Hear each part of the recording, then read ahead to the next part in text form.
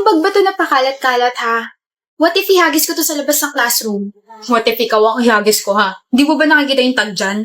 Kaya nga ako nagtatanong kasi hindi ko nakita, diba? E di sana chinecheck mo muna. Tamad. For your information, hindi kaya ako tamad. Lazy lang. Marunong ako maglinis, magluto at maglaba. Tamad pa rin ba ako sa lagay na yon, ha? Ano gagawin? Sana pinabillboard mo, no? I hope tumama yung hindi liit mo sa edge ng table. Sana hindi mo maabot yung likod mo kapag nangati bigla. May pangkamot ako. Share mo lang. You are so annoying, Aldrin. You are so annoying, Aldrin. Arte, ganda ka? Of course, I'm pretty. Maganda ka nga, pero pick me ka naman. What? Pick me girl ka, kaya pick me Jella. Huh? I mean, pick me kapag sa groupings para alam mo yun, pag turn na natin mag-report or mag-present, pwede kong tanongin sa'yo kung tayo na ba. Saan mo naman natutunan yung cringy pick-up line na yan? Kinikilabutan ako. Dyan lang sa may kanto. Oh, aalis ka? Pupunta ako rin sa kanto na sinasabi mo para you can pick me too. Ha? Bakit mo dadalhin yung bag ko? Sa'yo ba yan? No, but you are mine, right? Jella. You're blushing. Mainit lang. Sobrang lamig kaya. Mainit nga sabi. Tubig nga. Pahingi tubig. Baduy niyo. Says the man who got rejected by his crush. Foul yun ah. Sabi hindi nga kita kilala, ang kulit-kulit mo. Stay away from me. I am your husband. I am not married. Sino may sabi niyan?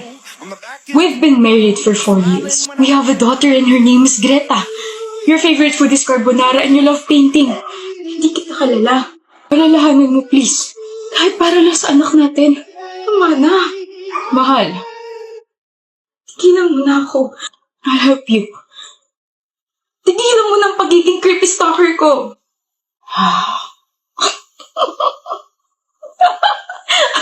I don't know kung ano kailangan mo sa akin. Just stay away from me. Tigilan mo na ako. 4 na taon mo na akong ginugulo. 4 na taon mo na akong sinusundan. So hindi ka nga nawala ng alaala. Naalala mo ko? Naalala mo ang stalker mo? Hindi ako nawala sa isipan mo. Huwag kang lalapit. Huwag kang lalapit. Sobrang saya ko na naalala mo pa ako, Mia. Sisigaw ako. Nasa eskinita tayo, walang makakarinig sa'yo. Hihingi ako ng tulong. I'm warning you. O sige, bibigyan kita ng 2 buwan. Babalikan kita at sa pagbabalik ko, hindi ka na nila makikita pa. Mamumuhay tayo sa malayo. Magpapakasaya. Ikaw ang hindi na makikita pa. I warned you. Pero hindi ka nakinig. The president's daughter is now safe. Clean the mess and bury the body somewhere else. Darius. I told you not to go out without me. Hoy, Maria Carmela. Hoy, Maria Carmela ka. Mas matanda ka sa akin. Hoy, Shania, ate mo pa rin ako ha. Ate, 2 taon na naman tanda mo sa akin. Kala mo naman napakalang agwat. Ang sabi mo? Gusto mo ba isumbong kita kay mama ha? Di isumbong mo. Sino ba sa tingin mo ang papanigan ni mama sa atin? Di yung bunso niya, yung paborito niya, at yung mahal na mahal niya. Sobra ka na. Sumbong mo ako dali, ate. Ay, hindi mo ako masusumbong kasi alam mo sa sarili mo na paggagalitan ka ni mama kasi ikaw ang ate. At dapat ikaw ang nagpapakumbaba sa bunso mong kapatid. Kawawa naman ang ate. Hindi na nga paborito. Ang laki pa ng responsibilidad. Akala mo nakakatuwa ka? Napipikon ka na ba? Kung ayaw mo ikaw ang isumbong ko kay mama dahil sa pagkakating mo kahapon, pahiramin mo ako ng damit. Gusto ko yung paborito mong dress. Bastos ka na! Mama, si ate sinampal ako! Wala akong pake kung ikaw yung paboritong anak. Ang kailangan ko, respeto mula sa'yo. Ano ba yan?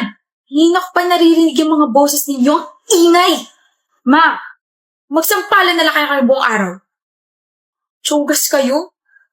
Pagod na ako magtrabaho, pati ba naman dito sa bahay, pagod din ako? Charot lang. Ma naman eh. Yan po yung pang-audition ninyo sa reality show? Honey po, ang galing ng mga anak ko ah. Ma, ba't ka naman po sumingit? Nawala ang momentum namin. Sorry na, nadala lang ako ng emosyon. Pero in fairness, ang lakas ng sampal. Lakasan mo pa, MC anak, para mas kapanipiniwala. Tapos ikaw naman siya, Naya. Itulak mo pagkatapos sabay iyak, ganon. Ma, ikaw naman yung director ng reality show. Hindi ba pwedeng ipasa mo na lang kami? Paghirapan ninyo, kayo talaga. Daling mag-practice ulit kayo at papanoorin ko. Promise, di na ako sisingit. Okay, ulit. Okay. Ay, mama kasi. Ma, girlfriend ko, si Eileen. Good afternoon, Tita Deli. I've heard a lot about you po. Bakit parang galit mama mo? Ganyan lang talaga expression yan. We, huwag kang magalala, hindi ka naman kakagatin yan. Kumain ka na? Ah, yes po. Kumain ka na, Devin? Opo ma, kumain na po kami. Mabuti naman. Akala ko mag-aalala na naman ako dahil nagdala ka ng palamunin dito sa bahay. Ma, Ako ba tinutukoy niyang palamunin? hindi bi. Ilan taon ka na ba, Neng? 21 po. May trabaho? Third year college, tita. Nag-aaral pa nga. Dagdag ka pa sa gastusin ng anak ko. Po? Mabuti pa si Ray, may trabaho na. Di ba, Devin? Akala ko pa man din siyang dadalhin mo dito. Nagluto pa ako ng paborito niyang ulam. Hindi na ba kayo magkakabalikan nun? Kabait na bata. Magalang at ang pananamit. Halatang may delikadesa. Sino si Ring? Sino si Ray? Ex ko. Ikaw ba'y pumaparty, ha? Okay, Lasinggera habang nag-aaral, kasuka. aalis na ako, Devin. Saan ka pupunta, Neng? Alis ka na? Mabuti pa nga. Hoy, Devin, baka ihatid mo pa yan. Sayang sa pera. Eileen, I am insulted. alam ko. Alam mo pala bakit hindi mo man lang ako naipagtanggol? I'm sorry, nagulat din ako sa inista niya. Tsaka dapat nagpantalong ka na lang at hindi shorts. Nag-off-shoulder ka pa tapos make-up. So, kasalanan pa ng pananamit ko na naganon ako ng nanay mo. Ang sinasabi ko lang sana nagdamit ka ng presentable. Mukha ka tuloy. Mukha akong ano. Tuloy mo! Mukha akong ano, Devin. Parang hindi girlfriend ko. Para kang tiga-club. So, ang pagpunta sa club or pagpa-party, insulto na? Nakalimutan mo na yata na una tayo nagkakilala sa club. Nilapitan mo ako habang sumasayaw ako kasama ng mga kaibigan ko. Eileen, Sana nga, yung ring na lang dinala mo. Sana hindi na lang kayo nag-break. Kaya naman I am breaking up with you para naman wala ka ng girlfriend na pumaparty, nagme-makeup, at nagsusot ng ganitong damit. what a surprise, Heidi. You look like a mess. My husband's not here. Baka nang bababae pa ulit. Bigay mo na sa akin asawa mo, Zanea. Seryoso ba? Pumunta ka rito para sabihin lang yan? Hiwalayan mo na siya. Ako na mahal niya. Tone down your voice. Baka nakakalimutan mo nandito ka sa pamamahay ko. Ibigay mo na siya sa akin. Kailangan ko siya. Anong pakiramdam mo sabihin ka ng asawa ko na mahal ka niya pero sa akin pa rin siya umuwi? Sa'yo siya umuwi kasi wala siyang choice. Sa akin siya umuwi kasi alam niya sa sarili niya na lalo siya nagiging walang kwentang tao kapag kadikit ka niya. Ano sabi mo?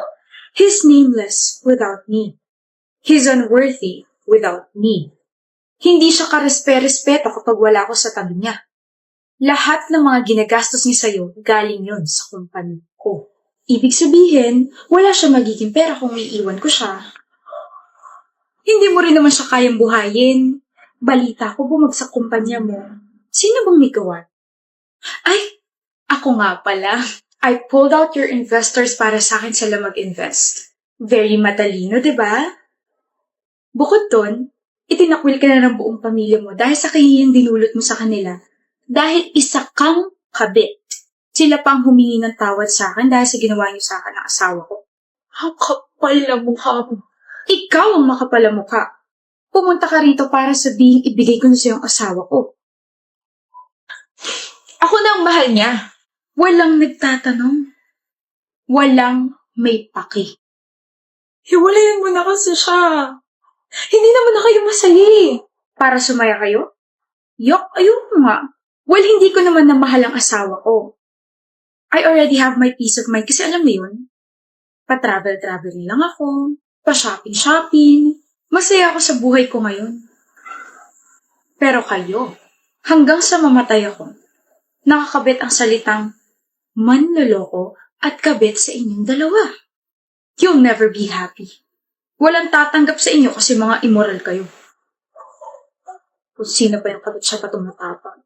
Kadiri.